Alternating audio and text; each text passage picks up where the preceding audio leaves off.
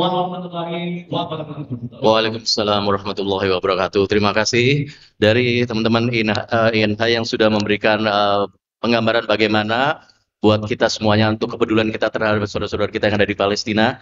Dan yang jelas, alhamdulillah di kesempatan siang hari ini sudah hadir bersama kita di sebelah saya Ko Donditan. Assalamualaikum warahmatullahi wabarakatuh, Ko Dondi. Waalaikumsalam warahmatullahi wabarakatuh. Ini yang keberapa kali Ko Dondi ke Malang? Sudah beberapa kali sih sebenarnya. Sudah berapa kali ya? Buat Bapak Ibu yang belum follow untuk YouTube-nya silahkan di follow, di subscribe ya. Kemudian di medsos saya lihat ada di Instagram, di TikTok juga ada ya, Ko Dondi? TikTok ada ya. Di Facebook juga ada. Facebook ada tapi masih kecil. Jadi yang aktif di Instagram sama TikTok. Di YouTube sebenarnya. YouTube ya yang paling bisa dilihat karena kajiannya bisa juga panjang di sana. Baik Ko Dondi, kita sudah tidak sabar untuk menanti apa yang ingin disampaikan Ko Dondi untuk kita semuanya, apalagi dengan tema yang menarik ini tentang penanggalan akidah, bagaimana juga menjaga keluarga kita dari penanggalan akidah ini. Kami persilahkan waktu kami berikan untuk Ko Dondi. Tafadhol. Baik. Bismillahirrahmanirrahim. Assalamualaikum warahmatullahi wabarakatuh. Innal hamdalillah nahmaduhu wa nasta'inuhu wa nastaghfiruh wa na'udzu billahi min syururi anfusina wa min sayyiati a'malina. May yahdihillahu fala mudhillalah wa may yudlil fala hadiyalah. Asyhadu an la ilaha illallah wahdahu la syarikalah wa asyhadu anna Muhammadan abduhu wa rasuluh.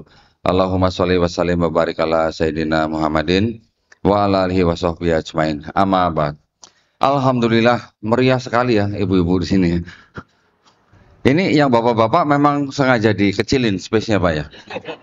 Kasihan ya. Itu sampai ke belakang Pak ya.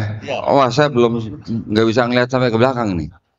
Yang ibu-ibu luar biasa Masya Allah ya. Ini hari Minggu ya. Alhamdulillah.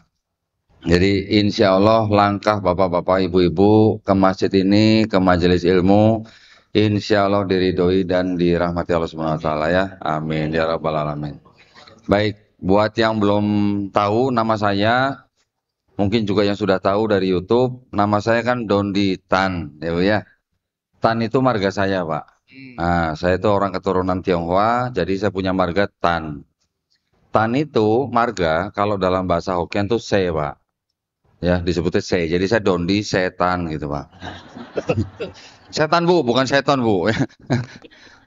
Saya terlahir dari keluarga Tionghoa dan saya nggak bisa milih untuk lahir di keluarga Tionghoa. Ya, ibu-ibu ada yang bisa pilih lahir di keluarga Jawa? Nggak bisa. Bapak-bapak sama ya, tidak ada orang yang bisa milih mau lahir di keluarga apa ya Bu ya. Tetapi yang jelas ketika dia lahir mau di keluarga suku ras apapun, setiap manusia yang lahir itu fitrah. Fitrah artinya apa? Muslim. Muslim artinya apa? Orang yang berserah diri. Muslim orangnya, Islam ajarannya. Islam artinya berserah diri, Muslim artinya orang yang berislam. Setiap manusia yang lahir fitrah atau Muslim. Saya termasuk yang lahir di keluarga yang bukan Muslim. Jadi saya dikafirkan sama orang tua saya. Ya. Lawang dibawa ke gereja kan berarti dikafirkan Bu, ya nggak?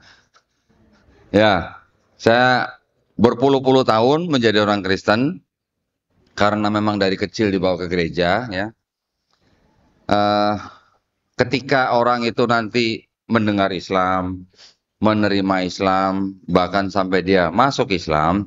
Sebenarnya orang itu tidak pindah agama, tapi orang itu kembali fitrah, ya. Jadi alhamdulillah saya kembali fitrah tahun 2014. Alhamdulillah, walaupun sudah cukup tua, tapi ya tetap alhamdulillah gitu ya. Tidak ada kata terlambat ya Bu ya. Belum lama ada seorang penatua gereja Pak. Penatua gereja itu apa ya kalau di Islam apa ya? Seperti kayak Dewan Syuro gitulah. Iya. Ya. Yang menjaga iman orang-orang gereja gitu. Umurnya sudah di atas saya. Alhamdulillah kembali ke Islam Pak. Gara-gara istrinya nonton video saya, terus stres istrinya. Setelah stres stroke mata. Pernah dengar Bu stroke mata? Mata bisa stroke ternyata loh. Saya juga baru tahu gitu ya. Istrinya ngaku kalau stroke mata, berobat selama 3 bulan. Setelah sembuh, dia mau ngasih tahu suaminya yang penatua gereja tuh nggak berani gitu. Namanya juga penatua gereja ya. Suruh nonton video saya, wah disemprot gitu malah sama suaminya. Tapi akhirnya si ibu ini pinter. Dia nyetel video saya di dekat suaminya, nggak dikasih lihat, cuma digedein aja suaranya, volumenya. Biar suaminya denger gitu ya. Sekali, 2 kali, akhirnya suaminya mau nonton video saya. Setelah dia nonton beberapa video saya, alhamdulillah dia membuat surat pengunduran diri dari gereja. Ya, ketika dia ajukan surat pengunduran diri itu, terus dijanjikan untuk disidang gitulah sama gerejanya. Ya, disidangnya itu maksudnya alasannya apa gitu dia mau keluar. 3 hari sebelum dia disidang, dia datang ke tempat saya bersama istrinya. Kita diskusi semua, Bible saya keluarin, saya kasih lihat, saya suruh dia baca sendiri perubahannya apa aja gitu. Alhamdulillah mereka menyatakan diri mau masuk agama Islam. Tapi ketika saya tawarkan, ayo Pak mau syahadat sekarang, nanti ya Pak, saya ini 3 hari lagi mau disidang sama gereja saya, sama pendeta katanya. Nanti kalau saya sudah disidang, besoknya saya akan kesini lagi untuk syahadat. Oh iya monggo silakan, semoga dikasih umur panjang, saya bilang gitu. Loh iya dong, nanti kalau nggak sampai, belum sampai sidang dia udah dipanggil Tuhan bagaimana? Alhamdulillah masih dikasih kesempatan. Setelah dia sidang sama pendetanya, apa yang saya tanyakan kepada Bapak itu tanyakan kepada pendetanya. Bapak itu nggak bisa jawab pertanyaan saya. Ketika Bapak itu tanya ke pendetanya, pendetanya juga nggak bisa jawab pertanyaan dia. Gitu. Akhirnya pendetanya nggak bisa nahan. Besoknya pada ulang tahun pernikahan mereka bersyahadat suami istri. Alhamdulillah. Ya, umurnya sudah cukup senior, hampir 60 tahun. Jadi artinya memang hidayah itu tidak bisa dipaksakan ya. Hidayah itu milik hak prerogatif Allah Subhanahu wa taala. Ada lagi kisah yang cukup menyedihkan. Ibunya nih, ibu kameramen saya nih. Ibunya nih semuanya keluarga Kristen. Tinggal di daerah Cianjur ya. Ciranjang kita sendiri, kita tahu bahwa di daerah itu memang daerah kantong Kristen ya dari zaman Belanda ya. Ibunya beberapa bulan sebelumnya sudah menonton video saya. Terus bilang sama anaknya, pengen ketemu sama Kodondi gitu. Masih Kristen ibunya gitu. Akhirnya ya karena sakit kita datang ke rumahnya gitu. Ya, kita ngobrol. Saya cuman modal 1 Bible yang kecil. Ngobrol satu-satu ayat kita bahas. Akhirnya dalam waktu 1 jam ibunya mengaku bahwa Yesus bukan Tuhan. Ibu-ibu tahu Yesus bu? Tahu Yesus bu? Hah? Tahu enggak gitu ya. Yesus itu nabi kita, Nabi Isa Al-Masih ya. Di Quran kita sering membaca Nabi Isa Al-Masih putra Maryam. Kalau orang Kristen menyebutnya Yesus gitu ya. Ketika saya sudah mengetahui bahwa ibunya sudah mengakui Yesus bukan Tuhan, saya ajakkan, ayo bu kalau mau masuk Islam kita bisa bersyahadat. Ibunya bilang apa? Nanti dulu ya katanya. Kalau saya bersyahadat, nanti saudara-saudara saya begini. Jadi lebih takut saudaranya daripada ya. Saya kan nggak bisa maksa. Di dalam Islam kita tidak boleh maksa kan? Ya udah bu pamit kalau gitu pulang. Itu bicara sama ibunya hari Jumat. Saya ke luar kota ke Majalengka hari Selasa. Saya dengar kabar dari Erik, ibunya sudah meninggal, belum bersyahadat. Milik Allah Subhanahu wa taala, hidayah ya. Tidak bisa kita paksakan. Jadi memang kita semua yang sudah menerima iman Islam ini harusnya sangat-sangat bersyukur ya.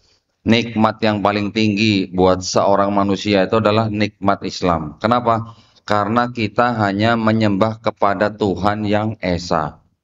Walaupun Tuhannya nggak kelihatan, walaupun Tuhannya nggak bisa jadi manusia, tapi Tuhan kita adalah Tuhan yang Maha Kuasa, Maha Pengasih, Maha Perkasa, Maha Penyayang. Ya, kalau ada orang yang percaya Tuhan yang Maha Kuasa itu bisa jadi manusia, ibu-ibu gimana? Rasanya gimana kalau melihat orang yang percaya Tuhan bisa jadi manusia. Kan katanya Tuhan Maha Kuasa nih, ya. Karena dia Maha Kuasa, makanya dia bisa jadi manusia. Gitu. Pernah dengar Bu ya, orang Kristen kan memang menyembah Yesus sebagai Tuhan. Tuhan itu adalah Tuhan yang menjelma jadi manusia. Menurut ibu-ibu logis atau tidak logis? Nggak logis. Kenapa Bu nggak logis? Hah? Bukan makhluk. Oh, begini. Hah? Ada minyak kenapa? Waduh.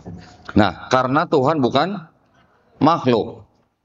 Orang Kristen akan bilang begini, Tuhan itu kan Maha Kuasa.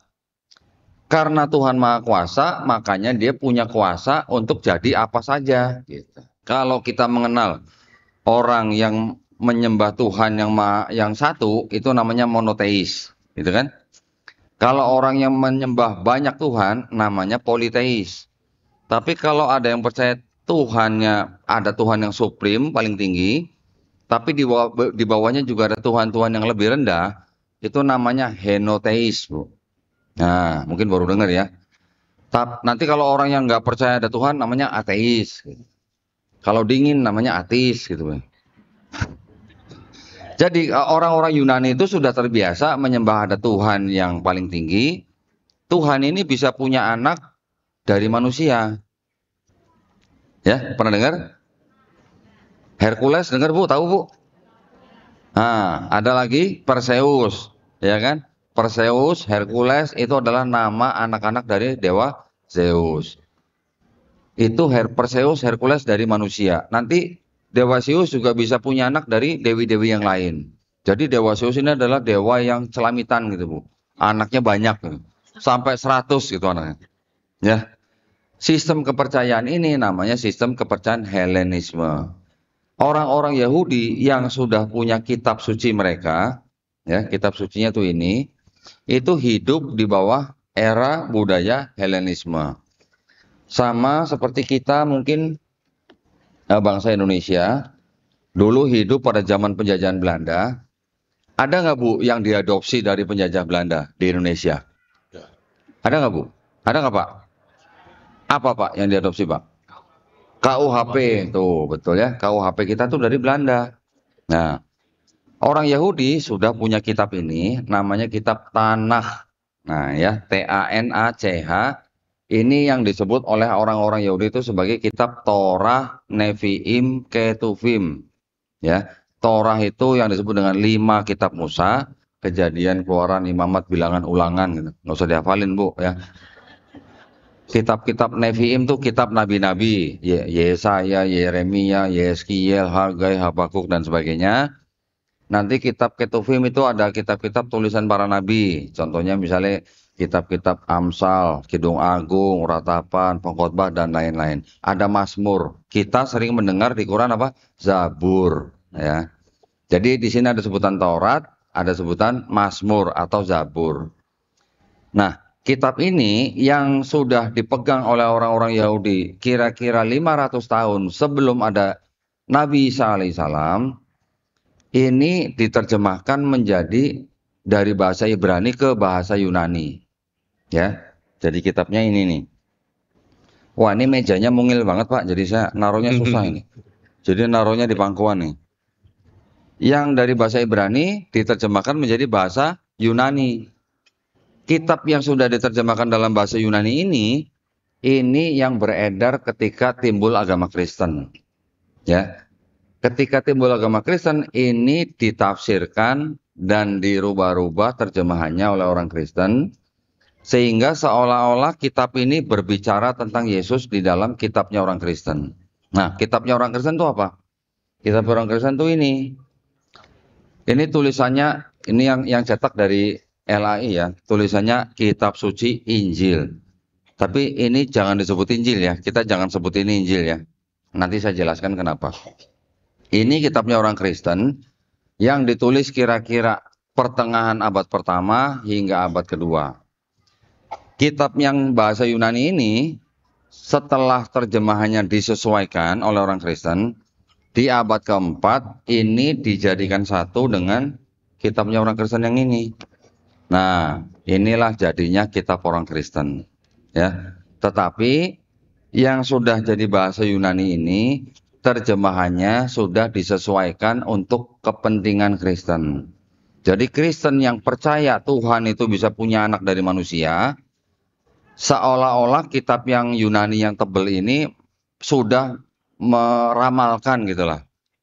Ya, sudah menubuatkan tentang Yesus di kitab yang punya orang Kristen. Yang hasil terjemahan Yunani ini dari kitab orang Yahudi disebut Perjanjian Lama, yang punya Kristen disebut Perjanjian Baru. Ya, mungkin kalau Bapak Ibu pernah lihat yang sudah diterjemahkan ke dalam bahasa-bahasa termasuk bahasa Indonesia, di sini tulisnya Alkitab. Nah, ya, kita sebagai umat Islam yang punya Al-Quran dan juga Al-Quran kita disebut Alkitab, jangan sebut ini sebagai Alkitab, Bu. Ya, nanti di sini ada sebutan Taurat, Zabur, atau Injil. Itu juga kita jangan sebut sebagai Injil, gitu. Karena apa? Karena Taurat, Zabur, Injil yang dimaksud atau ditulis dalam Quran itu bukan kitabnya orang Kristen dan juga bukan kitabnya orang Yahudi, Bu. Kenapa? Kalau gini, kitabnya orang Yahudi ini, yang Tanakh ini ditulis kira-kira tahun 450 sebelum Masehi. Jaraknya kira-kira 1000 tahun dari Nabi Musa. Yang disebut dengan Injil, kitab yang menceritakan tentang Yesus, ditulis kira-kira tahun 48 sampai kurang lebih pertengahan abad kedua. Jadi pernah dengar nggak, Bu, Nabi Isa alaihissalam menulis kitab Injil? Bapak-bapak pernah dengar di Quran kah atau di hadis gitu? Pernah baca? Nggak pernah ya? Pernah baca nggak Hawariyun menulis kitab Injil? Belum pernah juga. Pernah dengar Nabi Musa menulis kitab Taurat? Belum juga. Pernah baca nggak, Bu, kitab Taurat, Zabur, Injil dijanjikan untuk dijaga seperti Quran? Tidak, ya. Berarti kalau kita tanya apakah Taurat, Zabur, Injil yang dimaksud dalam Quran itu kitabnya orang Kristen dan kitabnya orang Yahudi?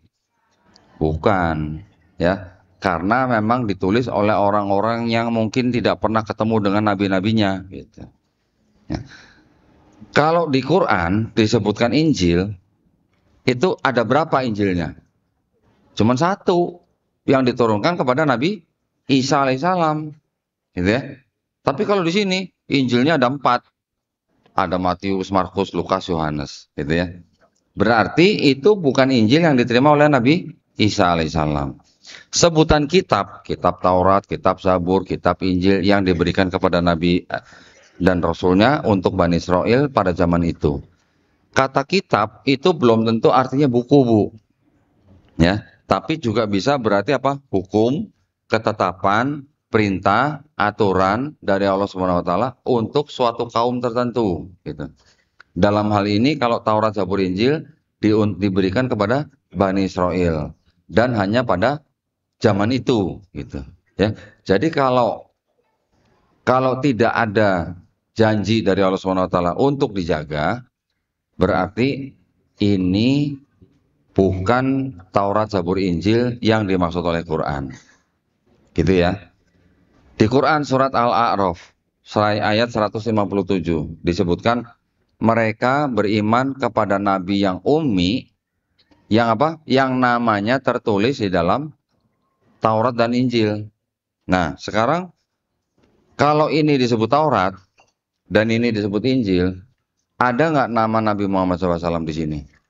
Nggak ada. Ya. Entah sudah dihilangkan, entah sudah disamarkan, atau entah sudah dikaburkan, atau dihilangkan dan sebagainya. Kalau tidak ada namanya, berarti kan ini tidak sesuai dengan Quran surat Al-A'raf 157. Karena namanya Nabi tidak tertulis di sini, gitu.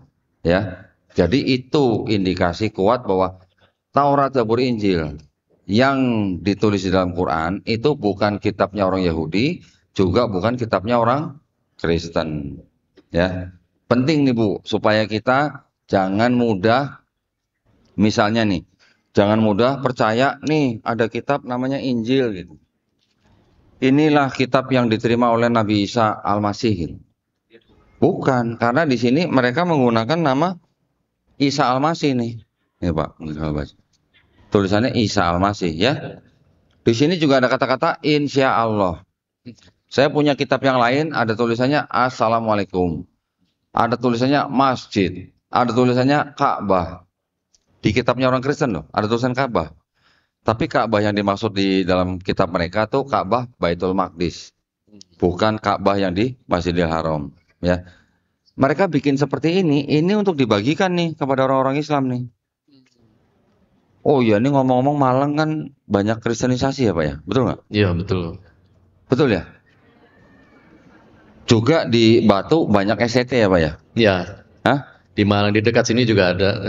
Nah, ibu-ibu tahu nggak sama bapak-bapak? Kalau di STT, Sekolah Tinggi Teologi, itu mereka belajar Islamologi. Tahu nggak Pak? Iya, mereka belajar Islamologi. Betul kan? Jadi kalau mereka belajar Islamologi, masuk kita nggak belajar Kristologi? Gitu. Nanti mereka aja yang tahu ilmunya, kita nggak tahu ilmunya. Nah, makanya kita harus membentengi akidah umat Islam dengan ilmu Kristologi. Ilmu Kristologi itu bukan ilmu yang menjadikan kita orang Kristen, tapi ilmu Kristologi itu yang membentengi akidah umat Islam dari upaya-upaya pemurtatan. Ya. Orang Kristen itu memang sudah diperintahkan oleh agama mereka, di dalam kitab mereka ada ayat yang berbunyi, karena itu pergilah, jadikanlah semua bangsa muridku, murid Yesus maksudnya. Baptislah mereka dalam nama Bapa dan Putra dan Roh Kudus. Itu perintahnya. Gitu ya. Jadi ada Bapa, Putra dan Roh Kudus. Pernah dengar Trinitas Bu ya? Trinitas. Ada yang bisa jelasin Trinitas? Trinitas itu mereka mengatakan Tuhan itu Esa, tapi dalam 3 pribadi, ya. Bapa itu Tuhan, Putra itu Tuhan atau Yesus, Roh Kudus juga Tuhan. Tapi bukan 3 Tuhan, tapi 1 Tuhan gitu. Paham nggak Bu? Hah? Enggak. Alhamdulillah Bu nggak paham. Kalau paham bahaya Bu malah Bu ya. Mendingan nggak paham Bu. Nanti lanjut, Bapa itu Maha Kuasa, Yesus Maha Kuasa, Roh Kudus Maha Kuasa, tapi bukan 3 Maha Kuasa, tapi 1 Maha Kuasa. Nah, puyeng-puyeng deh Bu ya. Itu paham mereka. Nah, di dalam seluruh kitab mereka, orang Kristen, itu tidak ada yang mengajarkan ajaran Trinitas itu kecuali cuma 1 ayat. Ya Bu ya. 1 ayat itu ada di surat 1 Yohanes pasal 5 ayat 7. Saya ingin buktikan kepada Bapak Ibu bahwa ajaran Trinitas di dalam kitab mereka ternyata bermasalah, gitu ya. Minta tolong nih. Saya kemana-mana jadi kayak tukang buku nih Bapak, koper ini. Ini tebel sekali nih kok. Nah, kalau ada meja lagi lebih enak nih. Kayak bukunya Harry Potter. Sini Pak, sini Pak. Nah, ini apa Pak? Kitab suci Kitab suci Katolik. Katolik. Ini ada tulisan apa Pak? Tidak untuk diperdagangkan. Tidak untuk diperdagangkan. Jadi jemaat yang biasa nggak bakal dapat ini, nggak bisa dapat ini ya. Kalau yang biasa dibawa jemaat itu yang tipisnya segini, yang biasa dibawa begini. Ya. Kalau yang ini kan tebal, susah ditaruh di ketek begini. Ya. Kitab Suci Katolik dengan pengantar dan catatan lengkap 2009 dipersembahkan kepada umat Katolik Indonesia oleh Direktorat Jenderal Bimbingan Masyarakat Katolik Departemen Agama Republik Indonesia. Resmi nggak Pak? Ya, resmi. Resmi ya. Percetakan Arnoldus ND. Di seluruh kitab mereka, maaf, yang disebut ada bukti ayat mengajarkan Trinitas itu cuma 1 ya, yaitu di surat 1 Yohanes pasal 5 ayat yang ke-7. Nah, boleh minta tolong bacain Pak, tapi jangan pakai bismillah Pak ya. Iya. Nah, ini yang saya garis bawah ini. Sebab apa tuh? Yang merah itu ya. Ya, yang saya garis merah nih. Sebab ada 3 yang memberi kesaksian di dalam surga, Bapa, Firman, dan Roh Kudus. Dan ketiganya adalah 1. Nah, ya. Dan ada 3 yang memberi kesaksian di bumi. Nah, kalimat ini yang dianggap sebagai bukti bahwa kitab mereka mengajarkan Trinitas, Pak. Tapi ada catatan kakinya begini, ayat 7 sampai 8 di dalam surga sampai di bumi, apa nih Pak? Bagian ayat ini tidak terdapat dalam naskah Yunani yang paling tua dan tidak pula dalam terjemahan-terjemahan kuno. Bahkan tidak dalam naskah-naskah paling baik dari Vulgata. Terus? Bagian ini kiranya aslinya sebuah catatan di pinggir halaman salah satu naskah terjemahan Latin yang kemudian disisipkan ke dalam naskah-naskah oleh penyalin dan akhirnya bahkan disisipkan ke dalam beberapa naskah Yunani. Karenanya bagian ini pasti tidak asli. Boleh diulang nggak Pak? Karenanya bagian ini pasti tidak asli. Pasti tidak asli. Apa tuh Bu kalau tidak asli Bu? Oh, semangat banget bilang palsu. Gimana Bu? Kalau di Quran ada teks aslinya, ada terjemahannya, atau ada asbabun nusulnya, ada catatan kakinya, ayat Al-Fatihah ketiga ini pasti tidak asli. Gimana rasanya Bu? Hancur hati kita Bu ya, kalau baca begitu ya. Ini ada kitab bisa mengatakan begitu Pak. Karenanya ayat ini pasti tidak asli. Kenapa? Karena memang sebelum abad ke-16, ayat ini tidak terdapat di dalam naskah-naskah yang paling tua, yang kuno, ya. Awalnya ini ayat hanya sebagai catatan di pinggir halaman. Nah, jadi kalau zaman dulu penyalin itu menyalin dalam bentuk kolom, gitu ya. Tadinya ini catatan di pinggir halaman. Bisa jadi ini adalah pemikiran agama dari penyalin atau tafsir dari pemuka agamanya yang akhirnya naik pangkat gitu jadi ayat gitu. Jadi pemikiran agama dijadikan agama. Gitu, kurang lebihnya begitu ya. Dan ini baru satu dari antara banyak yang lain, Pak. Banyak yang lain ya. Sudah saya tanda-tandain gitu. Yang tidak asli, yang tambahan, yang sisipan, bahkan ada yang pinjaman. Ayat kok pinjem nggak dibalik-balikin gitu. Ya, macam-macam. Memang ya kadang-kadang juga bikin kita ketawa. Memang lucu ya jadi ya. Ayat Matius dipinjam dari Lukas, nanti Lukas dipinjam dari Markus dan sebagainya. Nah, tapi tujuannya gini Bu, saya membahas ini, bapak-bapak, ibu-ibu, bukan saya ngajak untuk membenci orang Kristen, bukan. Ya, ini tujuannya bukan untuk memusuhi orang Kristen, bukan. Orang-orang Kristen itu banyak yang baik Bu, banyak yang baik. Cuman mereka nggak tahu aja nyembah Tuhan yang benar itu seperti apa gitu. Ya, keluarga besar saya juga masih banyak yang Kristen. Nah, jadi tujuan kita belajar ini supaya kita tahu akidahnya mereka bagaimana, kitab mereka bagaimana. Kalau jemaat biasa nggak akan tahu ada catatan kaki seperti ini. Ini kemarin ada yang nawarin saya kitab yang seperti ini 15 juta. Satu kitab begini. Karena tidak diperdagangkan. Nah, jadi suka-suka harganya gitu. Seperti batu akik gitu paling ya harganya.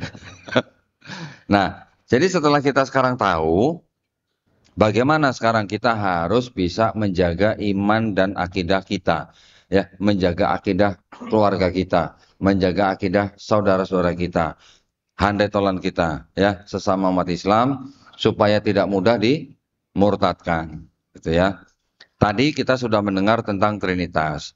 Sekarang kita mencoba mengetahui sebenarnya kitabnya orang Kristen ini bisa dibagi menjadi bagian apa saja, gitu ya. Ini macam-macam nih Bu. Ini terbitan 2023, ya. Yang ini, ini terbitan 2023. Namanya LAI Terjemahan Baru 2. Sebelumnya yang ini TB1, Terjemahan Baru 1. Terbitan 1974. Saya ada yang lebih tua lagi.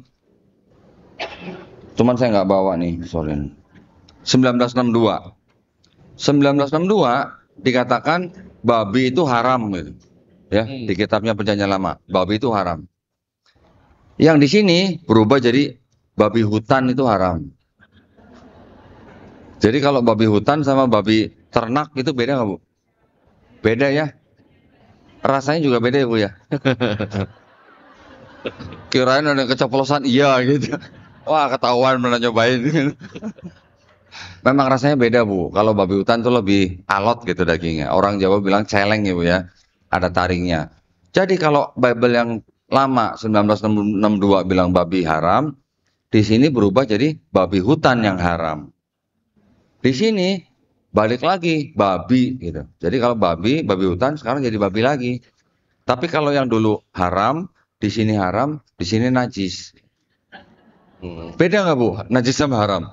Beda, gitu ya. Nah, memang ya begitulah kondisi kitab mereka. Ini semuanya sudah kita ketahui ya. Banyak juga kontradiksi-kontradiksi. Nanti kalau yang di Matius, Yesus diceritakan lahir pada zaman Herodes gitu ya. Kalau kita baca sejarah, Herodes matinya tahun 4 sebelum Masehi. Kalau yang di Lukas, Yesus lahir pada zaman Kaisar Agustus atau ketika Kirenius menjadi wali negeri Syria. Kirenius jadi wali negeri Syria di sejarah kita bisa baca tahun 6 Masehi. Jadi ada 6 Masehi, ada 4 sebelum Masehi, bedanya udah 10 tahun. Itu juga kontradiksi. Ya, hanya berdasarkan sejarah, kontradiksinya sudah terlihat jelas. Kalau orang-orang Kristen yang baca, mungkin nggak tahu Herodes matinya tahun berapa, Kirenius jadi wali negeri Syria tahun berapa. Kalau bukan sejarawan, nggak akan tahu. Tetapi saya sudah merangkum kontradiksi-kontradiksi semacam itu, dan saya jadikan buku. Nanti Bapak Ibu bisa beli bukunya ya. Kita bawa beberapa salinan, sudah saya tanda tangan juga. Siapa tahu mau beli, silahkan. Kalau sebuah kitab yang disebut sebagai kitab suci, ada kontradiksinya, bisa nggak disebut kitab suci, Bu? Nggak bisa. Kalau sebuah kitab suci ada ayat yang pasti tidak asli, bisa nggak disebut sebagai kitab suci, Bu? Nggak bisa. Nah, ya, jadi ini yang membuat saya meninggalkan agama saya yang dulu, gitu. Ya, ketika saya bisa menemukan, nah ini kan istilahnya barbuk ini, ya, barang buktinya ada depan mata. Kalau cuman katanya kan, baca-baca PDF atau di Google mungkin masih bisa dikatakan tidak meyakinkan gitu. Tapi kalau ada barang bukti seperti ini, mau ngomong apa? Jadi Bu, kalau saya debat sama pendeta, ini saya bawa kemana-mana Bu. Jadi saya pegang nih, sambil nanya pendeta gitu. Pak Pendeta, 1 Yohanes 5 ayat 7 itu firman Tuhan bukan? Kalau pendetanya jujur, dia akan bilang bukan. Gitu. Ketika dia bilang bukan, nah yang nonton kan tepuk tangan. Masa ada firman bukan firman Tuhan gitu kan? Kalau dia bilang firman Tuhan, saya tinggal buka, saya suruh kameramen zoom, ditonton banyak orang malah lebih malu lagi dia. Gitu ya. Terus kemudian nanti ada lagi, kalau kita kan taunya Quran itu di dalamnya surat-surat gitu kan. Kalau ini ya samalah, saya sebut aja surat ya. Ada surat, beberapa surat, 5 atau 6 surat yang nulis nggak tahu siapa. Gitu. Kalau yang nulis nggak tahu siapa, kitab suci apa bukan ini gitu. Ya, jadi saya juga pegang ini, saya tanya, Pak, surat Ibrani itu yang nulis siapa? Tidak diketahui gitu. Jujur pendetanya. Tapi yang nonton kan tepuk tangan jadinya. Loh, kok surat kok bisa nggak tahu siapa yang nulis gitu ya. Ketika debat selesai, waktu itu debat yang kedua, pernah debat selesai, ada ibu-ibu yang mau bersyahadat dari Kristen. Ya karena kita sedang berdebat ya, saya memberikan waktu kepada pendetanya kan. Pak Pendeta, sekarang debat kita sudah selesai, silakan meninggalkan tempat, kami akan melanjutkan dengan syahadat, ini ada yang mau disyahadatkan gitu. Yang satu pergi, yang satu nggak mau pergi, duduk aja. Pak, silakan Pak, pergi Pak, pulang gitu, udah selesai debatnya gitu. Oh, saya belum pernah ngeliat orang syahadat, saya pengen lihat orang syahadat gitu. Oh ya sidang apa Pak? Nggak sekalian Pak syahadat gitu? Enggak katanya. Ya sudah saya syahadatkan depan pendeta gitu sekalian, biar dia ngelihat sekalian ya. Tetapi ya alhamdulillah, kita melakukan debat itu, kita tetap harus melakukan dengan cara yang paling baik. Sesuai dengan petunjuk Quran ya. Di dalam debat kita juga tidak boleh menyerang pribadi pendetanya. Kita juga tidak boleh menghina agama mereka, apalagi menghina sesembahan mereka. Ya, tetap itu adalah larangan dari Allah Subhanahu wa taala. Karena kalau kita menghina sesembahan mereka, mereka akan menghina Allah Subhanahu wa taala tanpa pengetahuan. Itu yang kita hindari ya. Nah, jadi ibu-ibu sudah tahu nih di dalam kitab mereka ada ayat yang pasti tidak asli. Ibu-ibu nanti kalau mau screenshot atau mau foto tinggal nonton video saya. Ada, sering saya tampilkan di YouTube saya nih.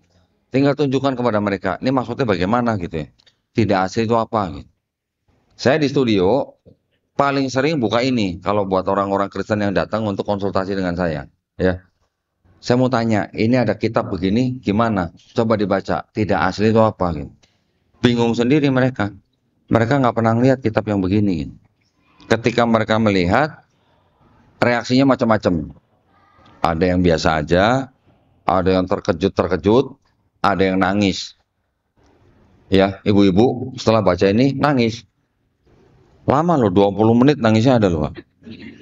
Ketika sudah tenang, saya tanya, Bu, kenapa nangis, Bu? Jadi selama ini saya dibohongin sama gereja ya. Nah, kan ibu yang ngomong bukan saya. Ya, ini saya kan cuma menunjukkan aja barang buktinya gitu.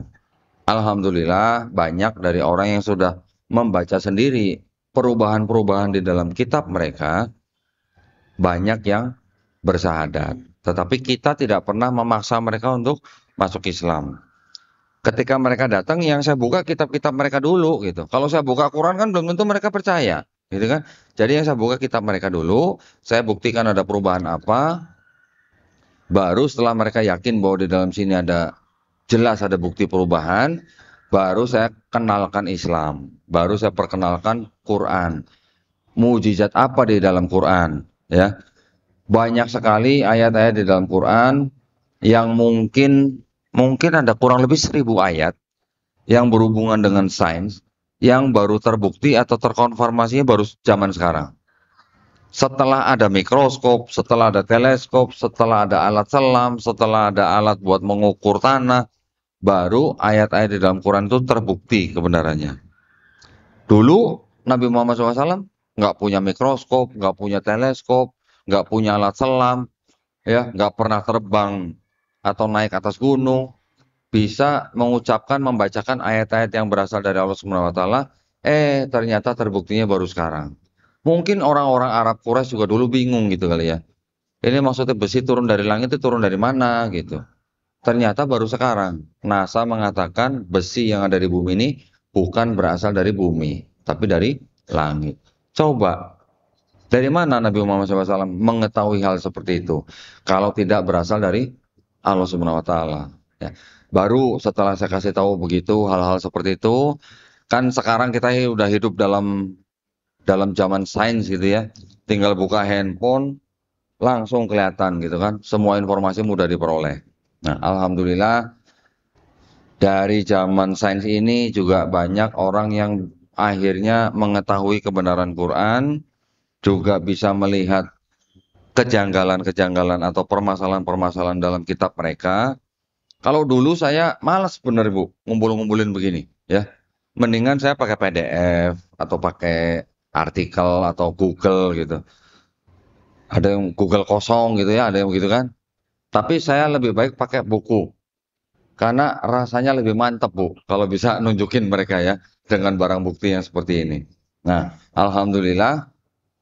Jadi dakwah yang kami lakukan ini, yang kami sebut sebagai dakwah kristologi, ini kami anggap sebagai dakwah tauhid. Dakwah yang mengajak orang untuk bertauhid. Yang tadinya tidak bertauhid, kita ajak untuk bertauhid, mengesahkan hanya Allah Subhanahu wa taala, ya. Kami percaya bahwa dakwah tauhid ini juga dakwah yang dilakukan oleh Rasulullah bersama sahabat-sahabatnya ketika beliau berhadapan atau berinteraksi dengan orang-orang kaum Yahudi dan Nasrani, ya. Bahkan ketika sahabat beliau juga mengungsi ke Habasyah, yang dibicarakan juga dakwah kristologi. Karena yang dibacakan kan Quran surat Maryam gitu, banyakan gitu ya. Nah, jadi alhamdulillah saya bersama Yayasan Pembina Mualafah Tauhid yang berpusat di Surabaya, kami memang melakukan dakwah ini tujuannya tidak lain tidak bukan hanya untuk membentengi akidah umat Islam dari upaya-upaya pendangkalan akidah dan juga upaya-upaya pemurtatan, ya. Karena Kristen memang tidak pernah akan berhenti melakukan upaya pemurtadan. Ya, mereka sudah diprogram sedemikian sehingga mereka selalu menggunakan cara-cara, bahkan diajarkan di dalam kitab mereka, cerdik seperti ular, tulus seperti merpati. Seperti itu, sampai begitu. Jadi makanya mereka sampai bikin kitab yang bisa dikatakan mirip-mirip dengan Islam seperti ini, yang dibagi-bagikan kepada orang Islam. Juga mereka melakukan upaya kristenisasi di mana? Di rumah sakit, di sekolah-sekolah, ya. Bapak Ibu, saya menghimbau, jangan mengirimkan anak-anak Bapak Ibu sekolah di sekolah mereka. Dulu banyak nggak Bu, orang tua Islam yang mengirimkan anaknya sekolah di sekolah Kristen? Banyak ya? Baru ngaku udah tuh ya. Katanya apa Bu? Lebih disiplin ya Bu ya? Nah, sama aja Bu ya, disiplin mah. Tinggal tergantung bagaimana pengelola sekolah itu menjalankan sistem di sekolahnya. Ya. Juga jangan kita membawa keluarga kita ke rumah sakit mereka. Ya, banyak kejadian ketika pasien yang bukan agama mereka, misalnya sakaratul maut, pihak keluarga disuruh keluar, nggak boleh nungguin. Yang mengurusi tim mereka, ya. Nanti entah bagaimana caranya, simsalabim, tiba-tiba pasiennya sudah jadi Kristen. Banyak yang terjadi begitu, Bu. Kami pernah mengirimkan utusan ke sebuah rumah sakit di Bandung, rumah sakit Kristen, di mana ada orang Islam membawa ibunya yang sakit ke rumah sakit tersebut dan harus dioperasi karena BPJS-nya nunggak jadi nggak bisa ditanggung. Rumah sakit menawarkan untuk mengoperasi gratis, tetapi apa syaratnya? Masuk Kristen. Nah, akhirnya kita bantu, kita beresi BPJS-nya, kita keluarkan dari rumah sakit tersebut, kita pindahkan ke rumah sakit Islam. Itu ya Bu ya, anak-anak kita juga jangan kita kirim ke sekolah mereka. Walaupun mungkin pelajaran agamanya dipisah, tapi biasanya nanti pasti akan terpapar gitu ya.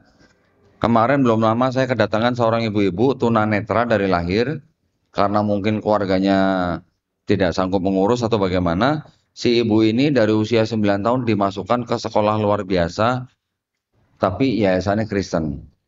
Ketika keluar dari situ umur 20 sudah jadi Kristen dia gitu. Berarti kan sama aja kita mengkristenkan anak kita gitu ya. Nah, makanya kita harus berhati-hati gitu ya. Baik, nah saya mungkin tidak bisa panjang lebar ya menjelaskan. Saya lihat kan banyak nih jamaahnya nih.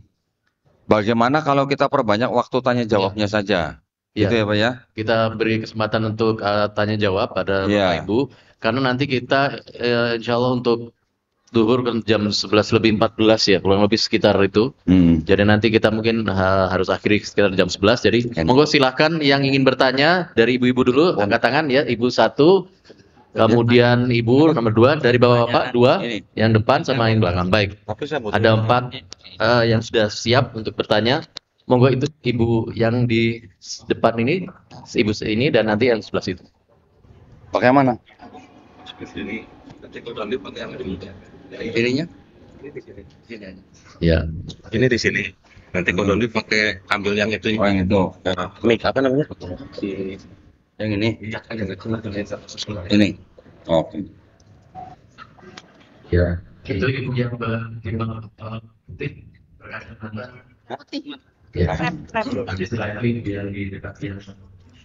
Assalamualaikum warahmatullahi wabarakatuh. Saya dari Joyogren, Ibu Siti. Ini hanya sekedar intermezzo dulu. Saya adalah subscriber dari Kohdondi dan saya senang sekali hampir tiap waktu saya menyimak video panjenengan. Nah, kemudian masalahnya ini adalah ini Kohdondi. Jadi teman saya ini seorang ustadz yang beliaunya itu tunanetra, tapi tunanetra karena kecelakaan. Nah, beliau itu sekarang ini apa istilahnya itu ngopeni anak-anak yang setingkat TK, SD dan sampai SMP awal bahwa di daerah Tajinan, daerah Kampung Topeng, yaitu di Malang, Sumber Suko, Kecamatan Tajinan, itu ada pemurtatan. Nah, Bapak Ustadz Khairuddin itu walaupun dalam kondisi terbatas dibantu oleh istrinya, beliau berusaha untuk istilahnya mengembalikan akidah putra-putra tersebut. Nah, memang keadaannya memprihatinkan. Nah, saya di sini hanya sekedar info, bukan lalu harus Bapak Kodondi dan tim itu harus bagaimana, enggak. Jadi ternyata di Malang Selatan, kalau ini Tajinan ya, nah itu masih ada pemurtatan. Nah, maksud kami adalah kemungkinan sebelum kondur ke Jakarta, Bapak Kodondi atau tim mungkin bisa menengok ke sana seberapa parahnya pemurtatan yang dilakukan oleh beliau-beliau dari sebelah kita. Jadi maksud saya, kami dari pengajian di Joyogren dan sekitarnya juga sudah berusaha untuk membantu sedikit demi sedikit untuk terwujudnya kayak istilahnya pengajian anak-anak untuk mengembalikan akidah dari putra-putra tersebut. Nah, begitu. Ya, matur nuwun. Wassalamualaikum warahmatullahi wabarakatuh. Waalaikumsalam. Ibu yang dilihatnya anak itu dari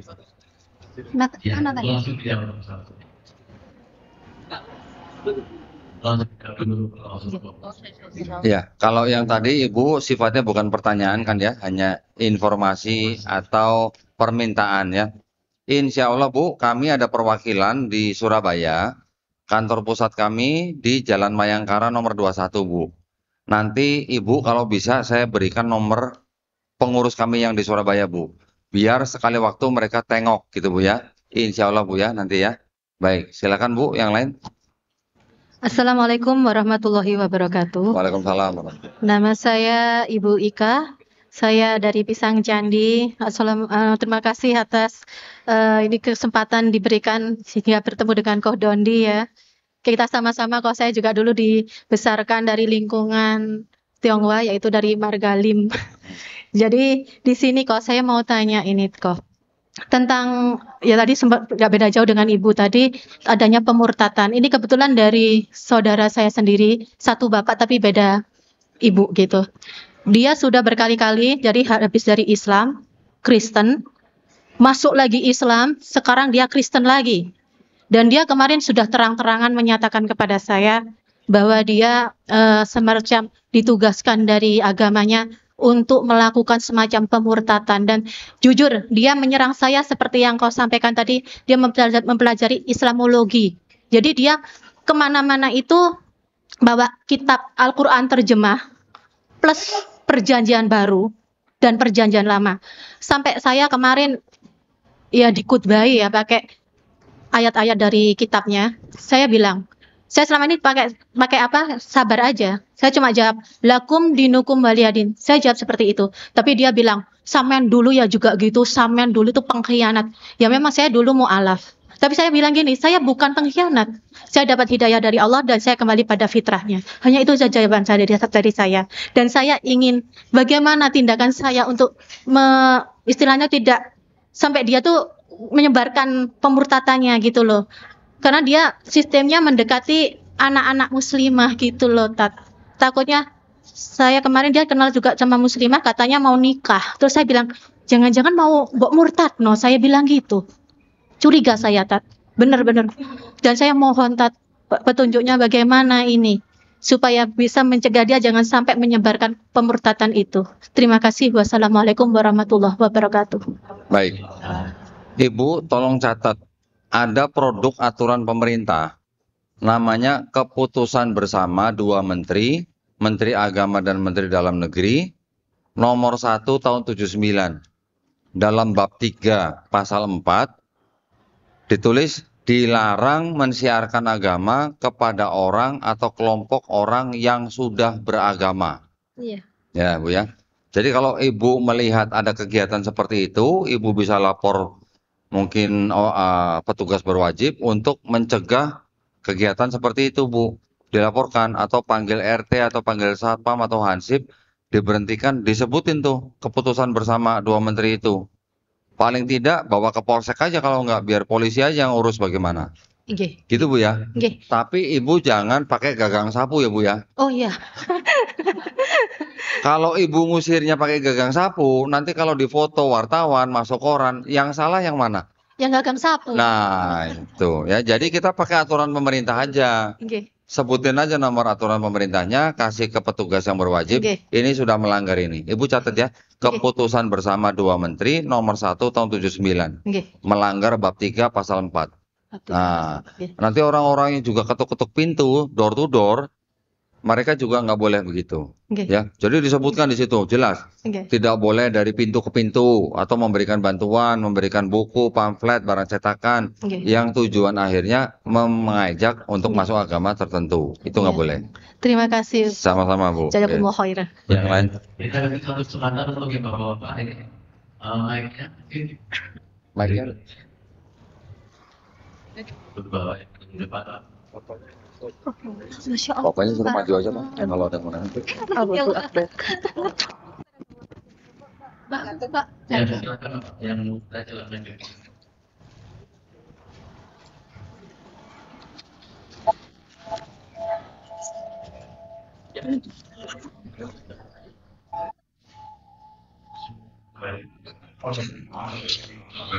Halo. Saya melihat saya bukan ini yang tapi saya itu pernah setuju di itu nanti bagaimana muslim sebelum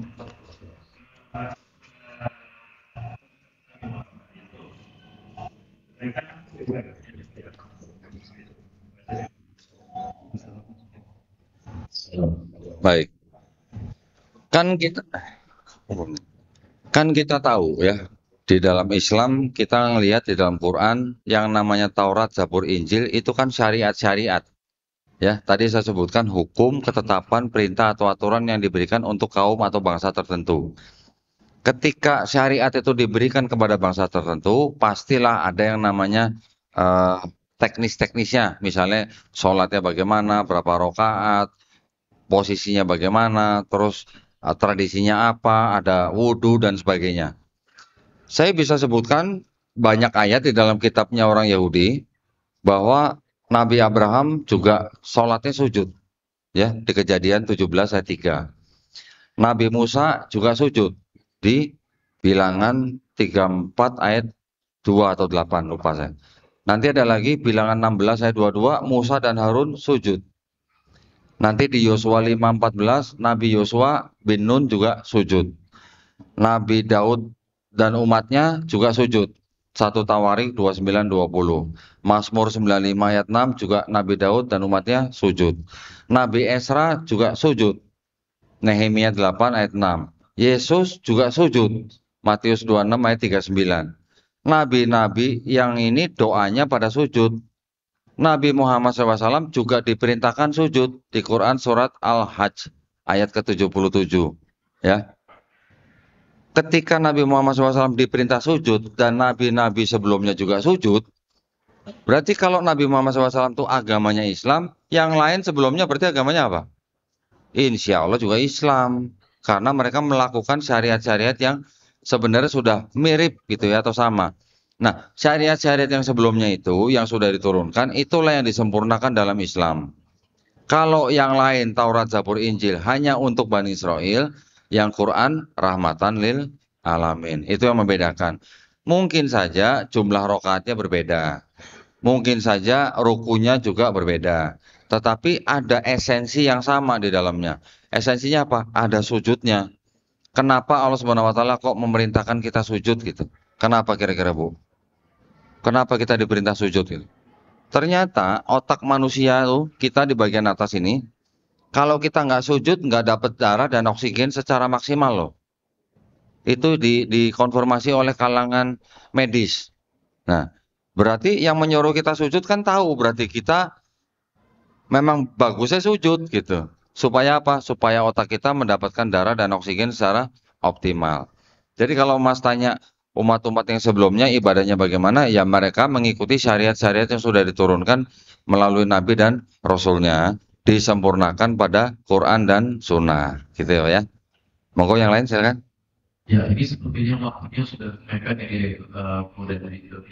Tapi ini saya akan berikan waktu buat teman-teman dari IMA ya, ingin menyampaikan sesuatu. Tapi buat bapak ibu yang masih ingin mengetahui lebih jauh lagi, silakan untuk di subscribe di YouTube-nya Kodonita. Di sana banyak sekali materi yang bisa kita dapatkan.